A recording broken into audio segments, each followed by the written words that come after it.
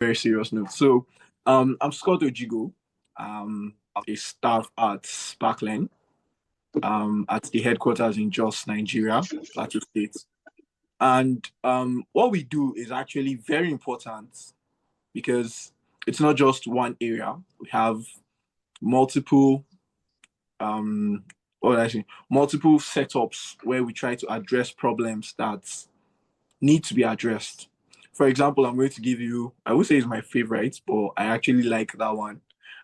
It's the teacher training because okay, so what I'm going to do is just briefly talk about the different segments of a Sparkling and Life initiative in less than 5 minutes. And then from there, I'm sure if you have questions, please you can leave them in the chat section and definitely we'll be sure to answer them and reach back to you. So I'm just going to just talk about a section. So there are different initiatives. We have the impact here. That's for students who are done with high school and going to go to universities or college, depending on where you are. And we try to give them an advantage to prepare them for something better. I mean, let them learn something before they just go there like any other student. We also have the teacher training, which is preparing teachers for AI. I know a lot of times we just don't take things for, we take a lot of things for granted. We just believe that everybody will learn it at the end of the day. If it's popular enough, everybody will learn it. But if there's no deliberate effort to actually counteract these things or to actually train people on this, you just notice that that's why people get left behind. People will neglect it and it becomes an issue. We also have the after school tutoring, which is just the way it is. It helps students to relate them one-on-one with their tutors that would help them on a personal level. Yeah. And that's being said, we also have, I would say it's my favorite. Okay, I've already said my favorite like 3 times, but counting to calculus. I really love that because in a way it actually keeps the teacher aside, it reduces the teacher's workload. So imagine you're a teacher and they bring a student to you and you want to evaluate where you need to help this student. So sometimes you might say, okay, which areas are you struggling with? But students sometimes don't even know where they are struggling with. They might have an issue with this topic, but they don't know where the foundation of that is rooted. So that's where counting to calculus comes in. It's a comprehensive curriculum that walks you from, I mean, the name is in the word, counting to actual calculus. So I'm not going to say so much because, I mean, I'm sure you would love this if you are into education and technology and you're just genuinely curious about growth of education. So I'm going to hand over to our COO, Mrs. Kauna, to just please carry on from here. Thank you, Scott. That was a wonderful introduction. Hi, everyone. So my name is Kauna, and I work in JOS also with the JOS team, and we've been growing steadily. So it's been a joy being part of this vision that Emma started. And the joy is that how we're all being connected globally. We're talking to people from different countries in Africa. We have different states in Nigeria, and then we have the US. So this initiative is really a good one that shows us how technology has gone so far that from wherever we are, we're able to connect globally, to connect internationally.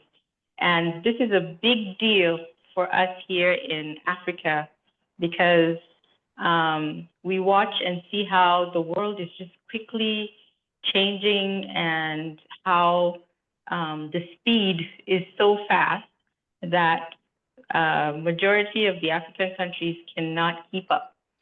So this initiative is a fantastic way of helping our students to connect with the rest of the world.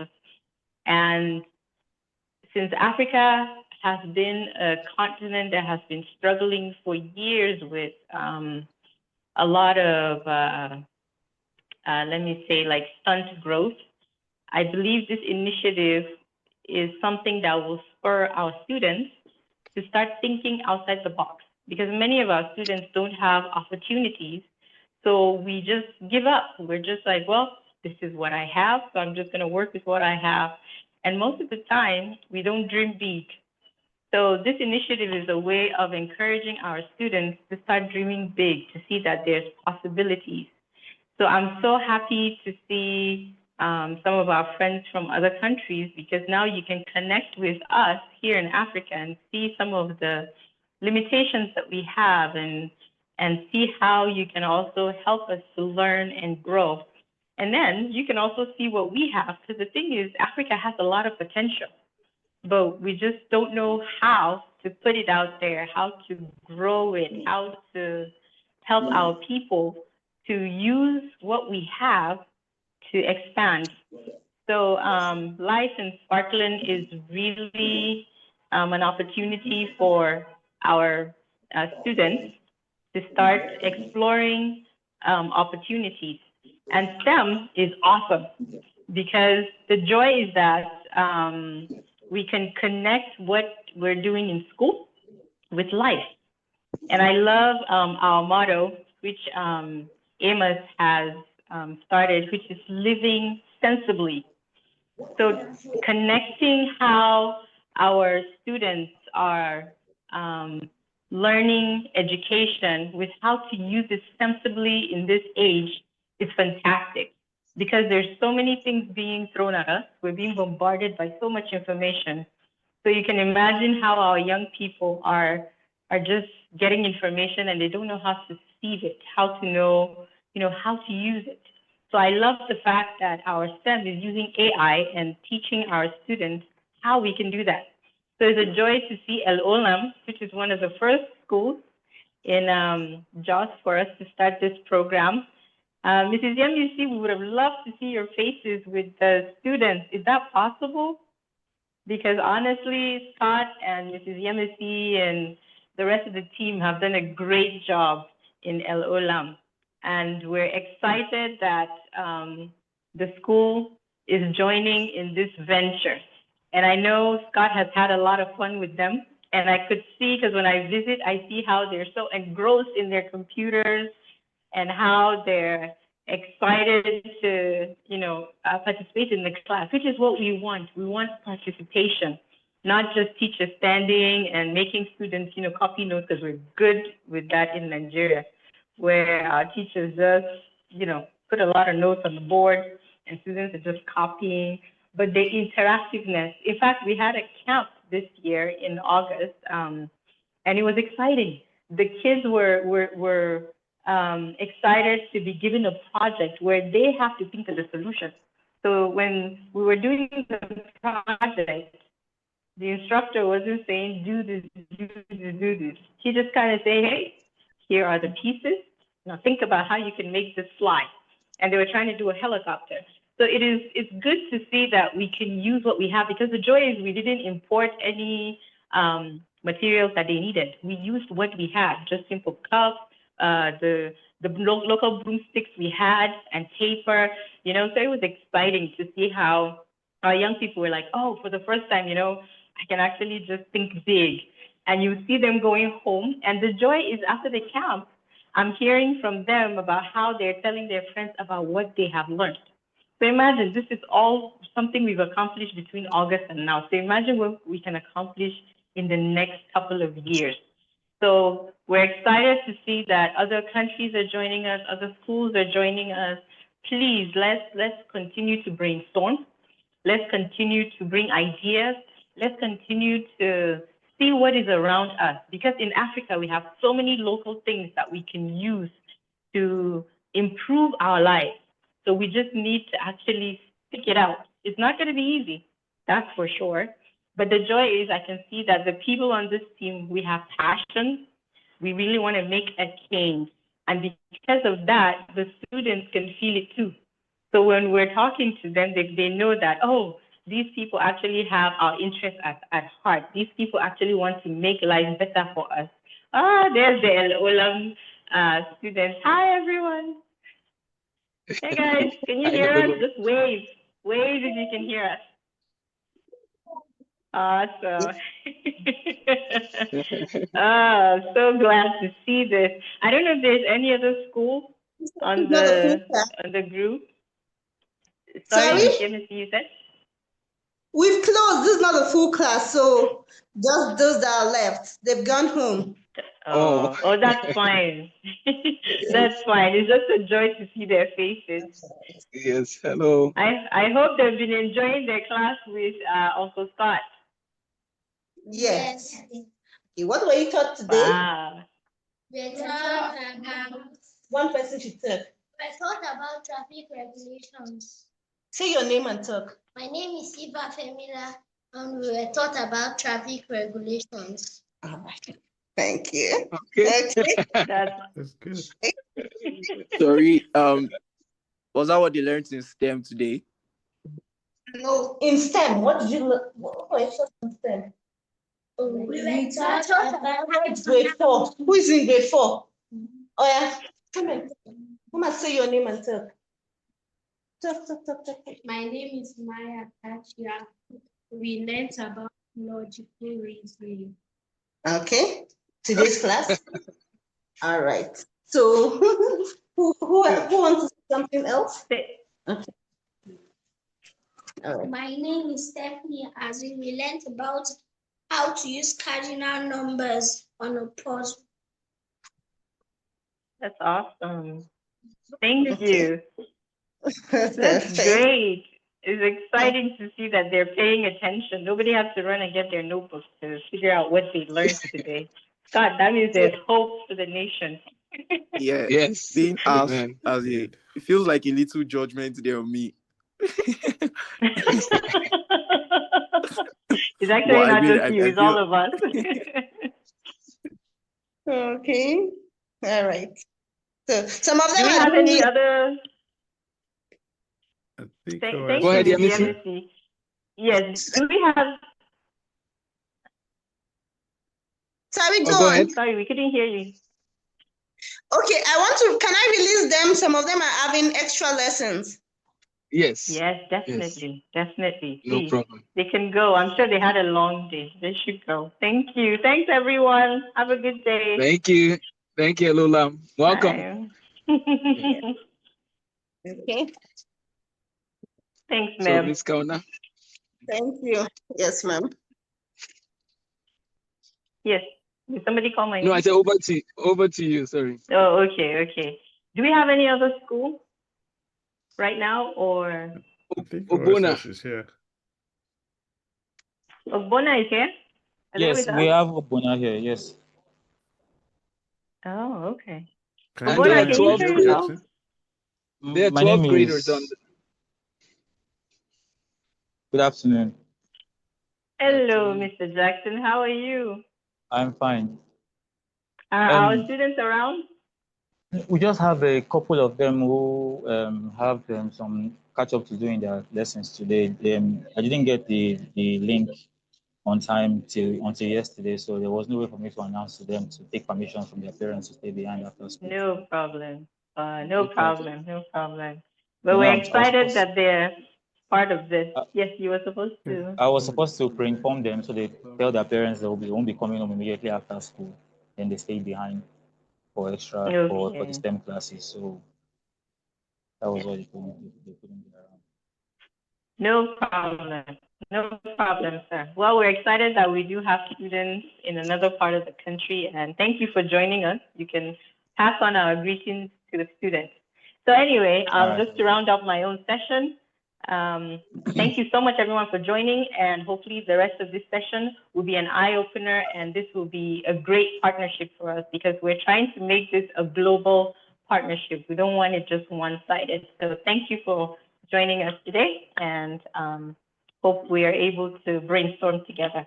So, thank you, Mr. Charles. Thank you, Ms. Kauna. Thank you very much. That was great. I believe I'm supposed to just give an update. My name is Charles Orby. I'm a co-laborer with the rest of the team, particularly with Mr. Taffer, Amos Taffer. We challenge each other with ideas and thoughts, and patterns and with Dr. Gan from Singapore and whatever needs to be done. As everybody knows, this is STEM clubs across Africa, part 2. Part 1 was last month, the launching of African clubs across, STEM clubs. STEM clubs across Africa, African STEM clubs, was launched October 13th. And the partner school at that time is the Ogbonna Secondary School, where Mr. Jackson was speaking from, with the headquarters in Jos. We had a great turnout for the first time. I think we had about 4 or 5 different countries. We're very happy to have new countries joining today, and I believe Amos is going to be talking about that shortly. Since the last time we met, since the launch, Ogbonna Secondary School has actually taken off, and they have attended some of the classes the last 4 weeks or so. And in addition to that, we are engaging with the state Ministry of Education. Hopefully, by the next time we meet, we will have something more reasonable to report on. Other activities are in progress, and I think Mustafa can talk about them more. Thank you. Thank you so much, Professor Charles. Can you hear me? Yes, we can hear you. Okay, perfect. Thank you so much again. Welcome, everyone. I'm excited to be here. We have 2 guests today, and it's actually pretty cool because Ms. Hall had reached out about some programs for the health sciences side, and this was a few weeks ago. But Zach Jones and I had been talking about doing programs with Laterno, and so it's very interesting that we're going to have different perspectives for our students to learn about. I want to give the guests an opportunity to know the context of their students. We actually work a lot with high school kids, and so these are kids who are there's 12th graders, the ones who are from Ogbonna Secondary School in Edo State, Nigeria. But we also have other schools we're talking with, and our goal is to build a network between our STEM clubs across Africa and the universities in America. And so if you can think of it this way, we have students who are very interested in medicine. We have students who are very interested in engineering. Those are the 2 big things we hear a lot about, medicine and engineering. And so I think that, this is a great opportunity for our students to learn about, Purdue and Laterno. Laterno, of course, is one of my, places I've taught mathematics. I love the engineering hands-on work there that they're doing. And then Purdue is actually in medical physics. That's one of the places that, they are very, very known for, and they're good at it. And I have a friend who studied chemical engineering there. And so anyways, you guys will get a little bit of background there. So if you want to be a medical physicist, which is what I do, that is something definitely that we'll be talking more about. So before the guests share, let me just say one thing, which is, again, thank you to everyone on the call. I believe that the time has come for Africa to rise and start solving practical problems in different sectors that have not been solved yet. And by God's grace, I really do believe STEM clubs across Africa is going to help raise thinkers to solve these practical problems. So anyways, if you don't mind, I'll have Ms. Deja Hall maybe go first, if you don't mind, just to share a little bit about what you do. And this is being recorded. I am going to cut out the section for Purdue and the section for Laterno as a resource for our students and put it in their database so they can go back and watch. So please, we hope to have you guys for a longer hour each, by the way. Today was just to introduce you to the program. So Ms. Deja Hall, if you don't mind, could you just share with us what is cooking in Purdue? Hello, everybody. Again, my name is Deja. Thank you so much. It's an honor to be here. So this is great, and hearing everything that you all are doing right now. As you said, I am from Purdue, a representative of Purdue, specifically our health sciences department. So that encompasses 4 of our majors, which is radiological health science, occupational environmental, biomedical, and then medical laboratory sciences. I act as a recruiter, but my title is program administrator. So I work more with pre-college students that I'll say 10th and 11th grade students, and then our current students, making sure that they have everything they need to succeed. And I think that's it. If you have any questions, just let me know. Yeah. Well, thank you so much. Appreciate it again. And Miss Hall, I think we talked about it already, but we would love to have a club day where we just dive deep into anything there that you have as well. So where can they find more information for you guys? Oh, I'll put it in the I'll put a link in the chat for you all, so it's easier. Okay. Okay. And where is Purdue located? Oh, Purdue is located in Indiana, in the United States. Sorry, I'm just assuming you all know everything. It is in the United States, in Indiana. It's the Midwest of United States. And we do have 2 locations, but our main location is in West Lafayette, which is a small town in the state of Indiana. Okay. Well, thank you so much, Miss Hall. We'll wait for your link. So, and then Mr. Jones. Hey, how are we doing? I'm good. I'm good. Can you guys hear me Good. clear? Yes, the floor is yours. Good, good. Yeah. So my name is Zach Jones. Same as Miss Deja, I'm honored to be here. I believe just like you, Amos, that Africa is on the cusp of taking their practical issues to the next level. There are many thinkers there, and it's not often that we get to highlight Africa as a country, as a continent, as a powerhouse in my opinion. So for us, Laterno, Amos mentioned a little bit about our practical information and how we teach things here at Laterno. Laterno is located in Texas, in East Texas. We're about maybe 2 hours east of the Dallas area in Longview, Texas. So smaller town within the Texas area. Laterno is known for practical type learning, hands-on application. We typically are known for our engineer and our aviation programs. Well, we have about 140 programs that students can kind of learn in that type of way. So, I myself, I'm a psychology graduate from here. So same as all the other programs, we try to get students to know what it feels like to be in their career while they're in the classroom. So there's a lot of early research and lab spaces that students get the opportunity to learn in, as from first year students all the way through your 4th year. So of course, problem solving is one of our big points here. We want to help students figure out how their job can make a difference in the world. Vocation is a huge thing for us here. We want our students to know how, as a psychologist, as a business student, as a nurse, how can you make a difference in the world? So yeah, I would love to come back and do like a full session and maybe talk about some scholarships and some ways students can get to Texas. But I'm here to help students. My actual title is International Admissions Coordinator. So I recruit, I do admissions, I travel for the school on all different types of occasions. So if you guys need anything, feel free to let me know. And I'll drop a couple links as well in the chat. So if you guys need some starting information, but happy to be here, Amos. Thank you so much. And the story of R.G. Letourneau is one that all our students will be reading. So there's a book about him. And but when are you going to Nigeria? Whenever I'm invited. Okay. Sparkler, did you hear that? and Deja, do you travel as well to like international or not really? I have not. The only country I've gone outside the United States is Canada. Yeah, but okay. I want to go. I'm definitely ready to go overseas. I have my passport and everything. I guess I'm waiting on the invitation too. Yeah, I was gonna joke and say Canada doesn't count. It's too close, but that's okay. We can count. Okay, so quick question. Let me just take 2 minutes. Are there questions for Letourneau or Purdue? Can we just take 2 minutes and just open it to the floor? I want to see if anyone has any questions, please, before we jump to the next part of the program.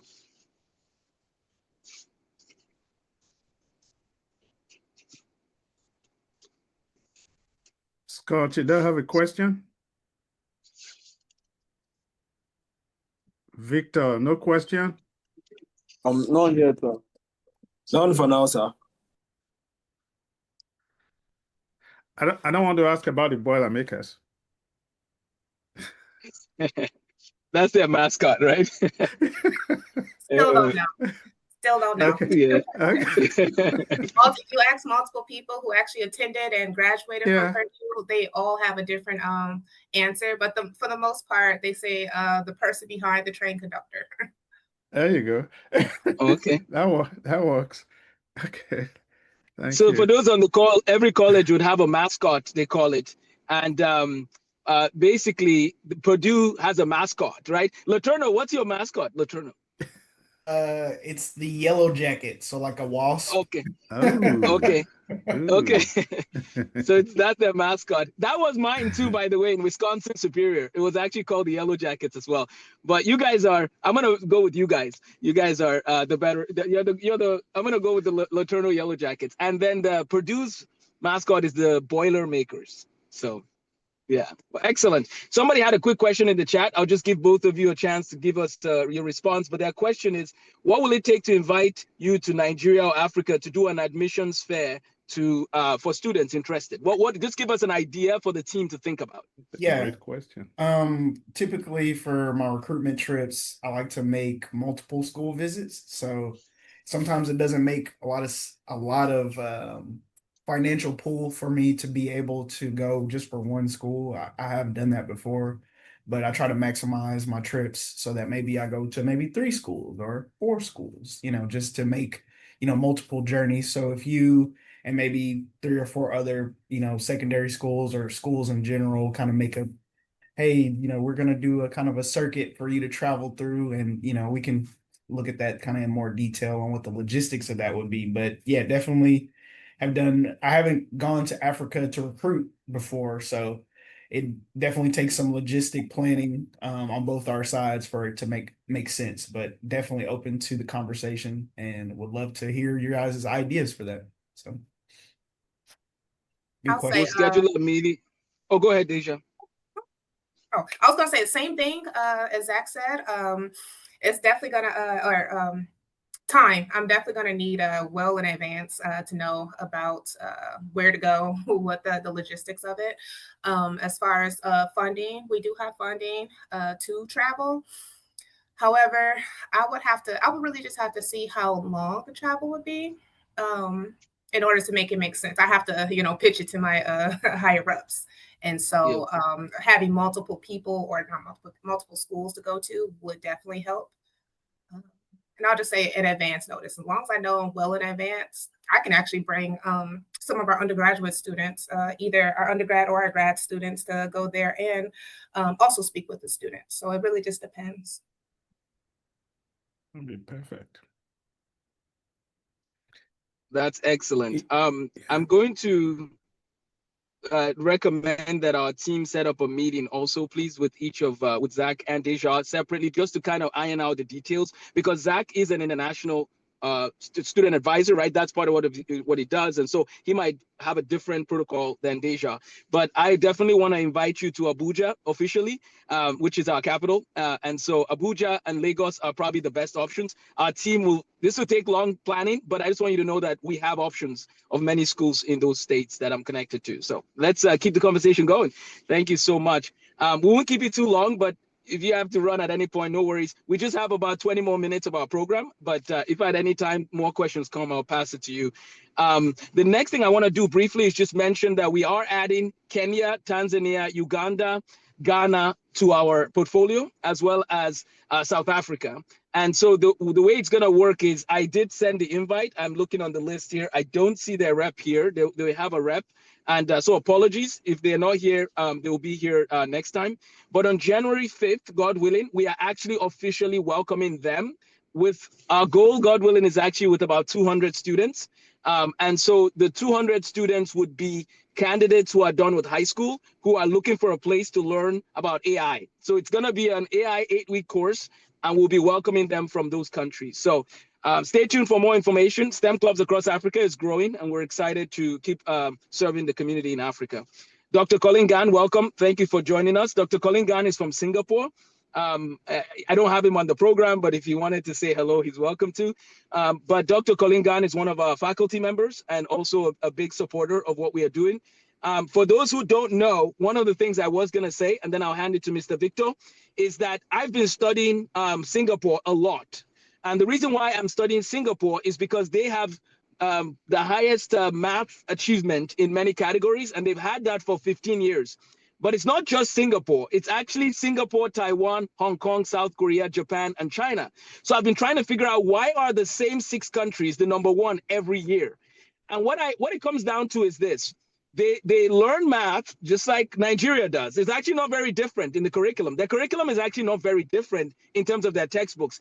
However, they value learning so much that it's kind of intense. They treat learning like you're preparing for a battle. And so these guys are learning a lot and they're applying what they're learning. See, that's the key. You shouldn't just learn the theory. You need to apply what you learn. So what we want to do with STEM clubs across Africa is we want Nigeria to enter, well, we want many countries, but Nigeria, I'm kind of selfish there. I want Nigeria to be in the top 6 in math someday. I want us to learn and help everybody to reach the highest levels of mathematics. So STEM clubs across Africa is different because we teach a lot of mathematics. And that is our goal, is to help everyone love it. So thank you so much again to everyone. I will now hand it to Mr. Victor.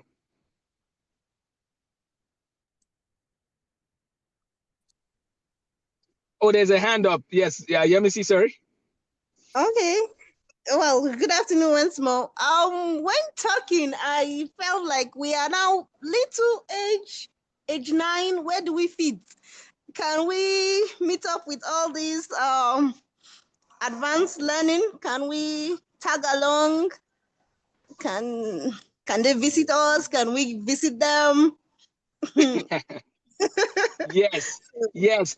By the way, Deja and Zach, notice that we're giving you students from elementary school to start preparing ahead of time. So anyways, that's something to keep in mind. We're getting them young, getting them ready. Welcome. They're welcome. Okay. Thank you so much. That gives me rest of mind that we fit in. Thank you. You're welcome. Mr. Victor. Sir. Oh, go ahead, sir. Okay. Greetings, everyone. Thank you for being on the call. I'm supposed to talk about impact. For Spark Learning and Life, there are packages we offer to schools and students likewise. But these packages, we have the B2B programs and the B2C programs. Under our B2C program, one of the packages we offer to students and schools, we have 4 packages actually. I'm going to talk about just one, but I'm going to link them up, how they relate to each other. So we have the Curiosity, we have Discovery, we have Mastery, we have Impact. The Curiosity is for the younger grade children from the ages of 3 and above to 6 to 9. This is the stage in a child's life where you ask questions. I'm sure we all are maybe conversant with some questions we had growing up as kids. For instance, questions like, who created God? These are curiosity stage questions. Or what happens when you touch fire? Those are the stages where children develop questions that probably do not have answers in their system. That curiosity stage is one stage that if questions are not properly answered, there's a tendency that that child assumes that there are no answers to that question. For instance, when a child like me would have asked, or I asked when I was younger, who created God? They shut you up and they say, we don't ask questions like that. We don't talk about God that way. But I guess there was an answer. God is self-sufficient, God is self-sustained, and God is from himself. That would have given me a better perspective. Maybe a bit confused, but leaving it unanswered would have been a problem. The discovery stage is where the child begins to, the next package is discovery. This is the part where the child begins to know what works. Fire burns, this hurts, this hurts, and this does this. So they begin to know what they have a flair for, a desire to do. The next stage is mastery. The mastery stage is where the child solidifies that thing that they have learned. That desire, you want to be a doctor. You begin to know you have to be in the sciences. You want to be a lawyer. You begin to know you have to do arts, or you have to be in this particular part. The last part is impact, which is my emphasis. Impact is the stage where we deal with children or students from high school. We call them SS3 here, maybe grade 12 in different countries. At this stage is where the child is prepared for higher institution and life after. Not just to get into school, but what would you do after? That's why we call the stage impact. The impact here means this is the stage where the child learns to make an impact in his community. This is the stage where your skill can be translated into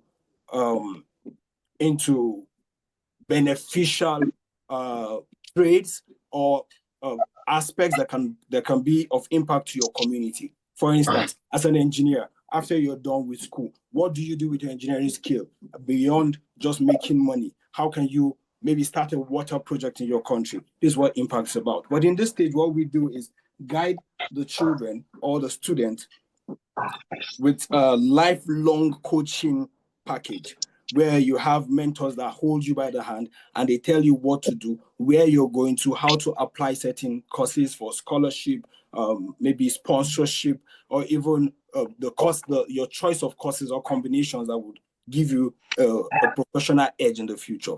I think mentorship is one area that Impact is major on, because most young people in Africa just make decisions as they go on in life with nobody to guide them. So the Impact package is expected to provide that service for a lifetime. We're not taking the child halfway and just letting the child go, or you get to university, we let you go, because we know there are going to be hurdles. Like some of us got into university and we found out at some point in university that we didn't like the courses we were doing. What were we going to do? Because passion is subject to exposure. A lot of children don't know how difficult medicine is. Some children don't know how difficult mathematics is, or the level of concentration. Let me not say difficult, but how hard you have to study or attention you have to pay to do certain things. They just love it that I was sick one time, a doctor did this for me, I want to be a doctor. But being exposed to it sometimes hits you with sudden realization that this is way more tasking than I expected or than I desired. For instance, I'll use myself for example. When I went to school, I studied electrical engineering in my national diploma. When I went to school, I found out that engineering in Nigeria was more theoretical than practical. All I wanted to do was be in the field. I liked the field. I like practical work, but I was more in class than outside class. So when you ask questions, practical questions, it now felt like, okay, we're doing theory. It's almost the same thing. So why am I just reading to pass exams? Why are there no practical applications for this? If I had a counselor, the person probably would have said, you need to do an internship after school. He gets hooked up with a school or an engineering firm and do something, then you learn the practical. I said, but I never had that. So I had to change when I transferred to a university and I changed. I switched courses into a more practical course. Let's say I went to education, vocational technology education, electrical option, because I didn't have a counselor. So this very package is very dear to my heart. It's an impact. The impact package is to help the child both in school, after school, with the intention of them making impact to their society, not just learning for the sake of learning.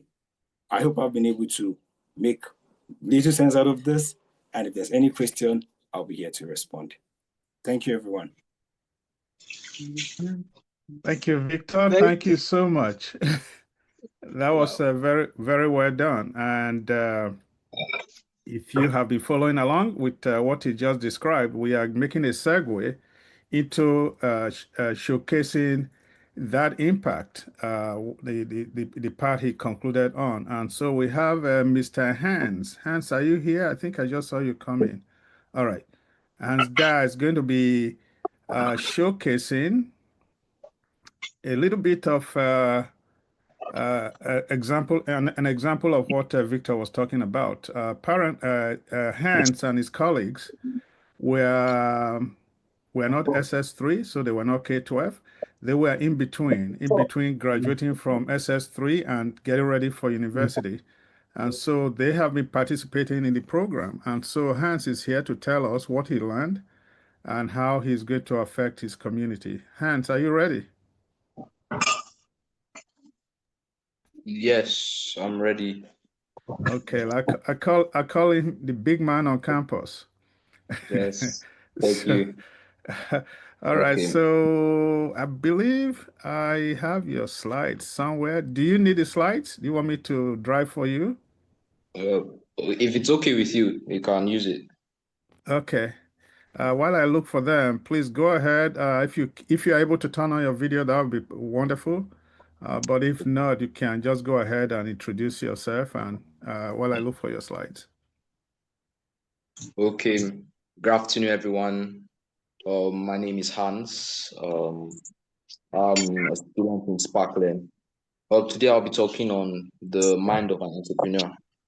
So Mr. Charles has spoken to us, or taught us about the mindset of an entrepreneur, and here I'll be sharing what I've learned in this class. The mind of an entrepreneur. Entrepreneurship is not just about is about how you think. You know, The mindset of an entrepreneur shapes his success, and a great great ideas become great realities for entrepreneurs, in their society. So once an entrepreneur or once an individual wants to start a business, you have to think of the problems in your society. You have to find a way in which you can, bring out solutions for those problems, and which will greatly affect your society in a positive way. And then we're talking about what entrepreneurs see. In what an entrepreneur sees, he does not see he does not see problems in the society. He sees possibilities, because everywhere an entrepreneur goes, there's always an opportunity to start a business. He does not see an obstacle. He sees opportunities. He calculates his risks, and then he blinds the chances. Like, he does not take blind chances, because you can't just, for instance, an individual cannot just start a business blindly. Like, you just want to just make profits. Let me just find a business in which I can just, go ahead and start making money. No, you have to think carefully. Your budget, your cost structure, the basic ways, like how you're going to promote your business to individuals, because it is essential that you are able to promote and also advertise and take your business to the wider world. As an entrepreneur, also the mindset of an entrepreneur is resilience and growth. That is a very essential thing an entrepreneur should have. Failure. An entrepreneur, once he fails in his business, it's not an excuse for an entrepreneur to say, oh, my business has gone down, I need to stop this, let me just think of another thing. No, failure is a feedback, it's not a defeat.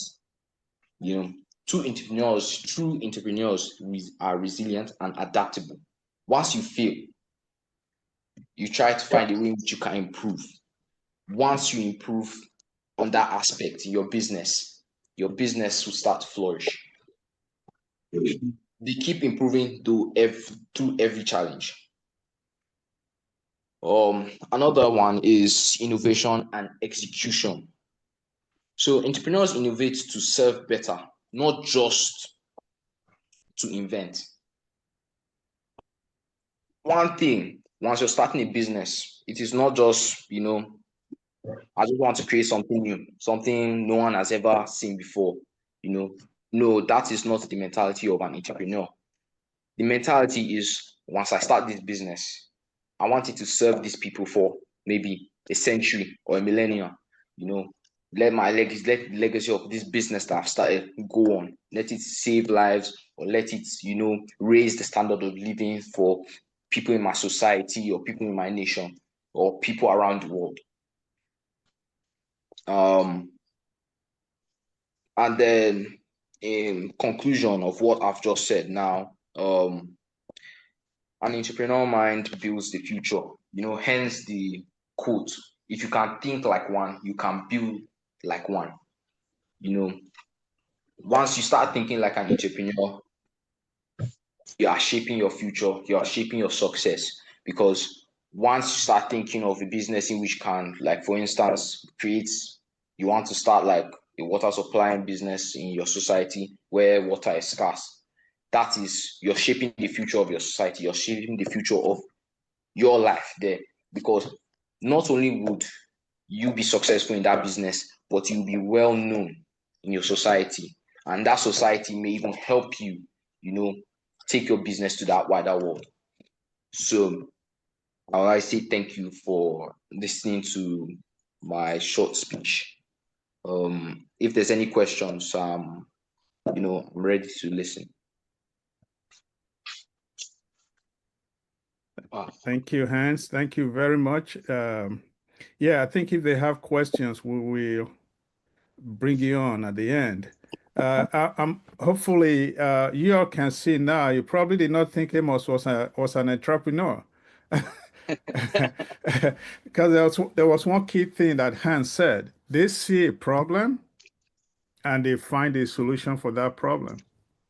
And that solution can become a long-term solution. Amos is talking about I want to bring Calti to calculus to 1 billion kids across the world. I want to make sure that children in Nigeria become they become the next Einstein, if possible. And so, where we see failure, entrepreneurs see they see that, but they want to find a solution for that problem or for that challenge. Thank you so much, Hans. Hans was one of the students who participated in the Entrepreneurship 101 that we had at Sparkland in Jos and Ubuna Secondary School. Please hold your questions or you can put them in the chat window and we can ask him later. I believe the next thing we have is, want to say anything?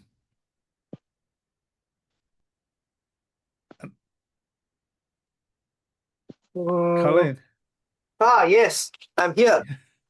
I know it's past your You guys bedtime, spoke a but lot about Singapore. Yeah. You guys spoke a lot about Singapore. I feel very pressurized. Yeah. Okay. Yeah. So there's good things that Singapore do. Yeah, that we can learn from. But certain things that we do in Singapore, actually the children are working very hard in their studies. Also not so easy. So the important thing is we enjoy what we are learning. That's the most important things. Yeah. That's all I can say. Yeah. How was your trip to Japan? And any thoughts about Japan for us to think about? Oh, the trip to Japan. I think the Japanese are very proud of what they are doing. It can be whether it's education or like art products or food. They hold it to the highest standard because they have a pride in what they are doing. Yeah, it's not just working for salary or money, but whatever they do it to the best. I visited the University of Tokyo, the laboratory doing very advanced work. I think, hang on, let me take out the stuff. So he actually, the reason I brought it up is because he's trying to connect students interested in nuclear energy with Japan and Tokyo. So that's why I brought it up. Go ahead, sir. Yeah. Actually, I met Professor Seth Ziyun. He's from the Research Center for Advanced Science and Technology. So his specialization is laser photonics. Yeah, one of the pioneers in laser photonics in the world, actually. He invented a special kind of laser photonic system many, many years ago and still working on the cutting edge thing. So what he was trying to say is, if there are students who are interested to work in the company he's involved in, because his lab, right, is involved in making a technology that is to be used in the company. So what they do is they receive funding from various companies. So they have certain milestone to achieve, then it must be deployed in commercial purpose. Very different from a research lab. Research lab is you get the money from the government grants, then after that, even though you don't make some great results, you write a paper, publish a paper, and that's about it. But if you get money from the industry, right, especially companies who fund your research to build products for them, you got to make sure that the product is up to the market standard and is ready to be deployed in the market. So he's very good in doing this kind of thing. So basically what's happening is they welcome, students to intern in their companies, but they have to also justify their return of investment because this is not like a philanthropic project. So the students come in, they got to do something useful for the company. Then after that, the company can justify there's value added, there's return on investment, something along that line. So maybe the students can be brought in to do like experiment to test out certain like photonic sensors, then write a report, things like that, teach them how to do measurement, for example, something like that. Yeah, that's what he told me. Oh, well, thank you so much, Dr. Gan. Professor Charles, I was just going to wrap up and close us, if that's okay. Yes, that's good. Okay, so let me end with this. There's something cooking, which is, I think, critical. I'll tie everything here the best I can. And what it is this. There are 3 ways to become the best in mathematics. The first way is to use the strategy Singapore uses, which I actually think sometimes is a little intense. Singapore, Taiwan, China, they work hard. And that's not a bad thing to work hard. But there's a second way to be good at math, and that's what Finland does. In Finland, they don't have homework. They don't have homework and they don't have tests. They don't have high stakes tests. But why are they number 7 in the world, right? Why are they close to Singapore, Taiwan, not too far off? Because the children get to love what they're doing. When you love what you're doing, it actually makes you do more of it. So in Finland, they love it. That's the difference, right? And I'm not saying the kids in Singapore don't love it. I'm just saying the kids in Singapore, a lot of them are working hard. And I love their work ethic, but I do think that we need other strategies for being very good. But there's a third way to be good at something. And that is, let us go back and study the lives of people like Isaac Newton and James Clerk Maxwell. Let's go study people like R.G. Letourneau and some of those people who were passionate about what they did and used the gifts God had given them, and it opened doors for them. That third approach is where you find people's talents and abilities and help amplify it. That's what we partly do at Spark Learn. We want to amplify the talents and abilities. So what that means is that students at El Olam, they can learn about what's happening in Tokyo. They can learn what's happening in Purdue and Letourneau, and they can start thinking while they're still in elementary school, how am I going to change the world? It is some of the people who changed the world of mathematics started in primary 5. That's when they started thinking about the problem. You're not too young to start thinking about how can I solve Fermat's last theorem? How can I solve, the Goldbach's conjecture? How can I solve these things? And then you think about it for years and then you solve it. So in conclusion, we are going to start a journal that connects our students in Nigeria to those in Ghana and Uganda and Tanzania and Singapore. And I want all these students to start writing to one another and publishing it in a journal. So I'm happy to announce we officially have the Spark Learn Journal, which will be run by one of our gap year students. She will be in charge of collecting the articles, and then we publish it once a quarter. Our students can learn what's happening from their classmates all around the world. And then we are also officially launching and backing, we're backing a startup within Spark Learn called Be Hired. Be Hired is a startup that focuses on connecting people who need short-term work while they're still like in school. So the student might be at Letourneau and want to jump on the Be Hired website and get a job for the semester. I'm just giving an example to build a data center, like an architect, whatever it might be. My point is we want to start connecting young people who are still 16, 17, 18 to different opportunities to serve in different communities. And one of our own students, under the leadership of Professor Charles, has launched a program called Be Hired. So stay tuned for that. That will be featured in the journal.